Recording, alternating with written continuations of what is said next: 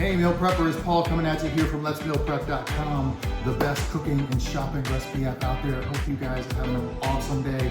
Look at me, I'm in a hoodie.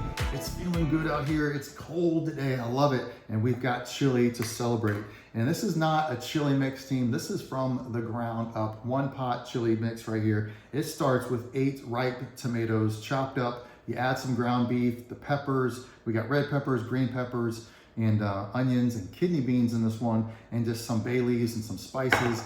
Put it all together, let it simmer for a long time. Of course, I'm gonna add Tabasco on here, maybe my scorpion sauce today, which I'm very brave. This stuff is hot. Guys, hope you love it. Coming out in the app this Thursday. Guys, have an amazing day. Take care.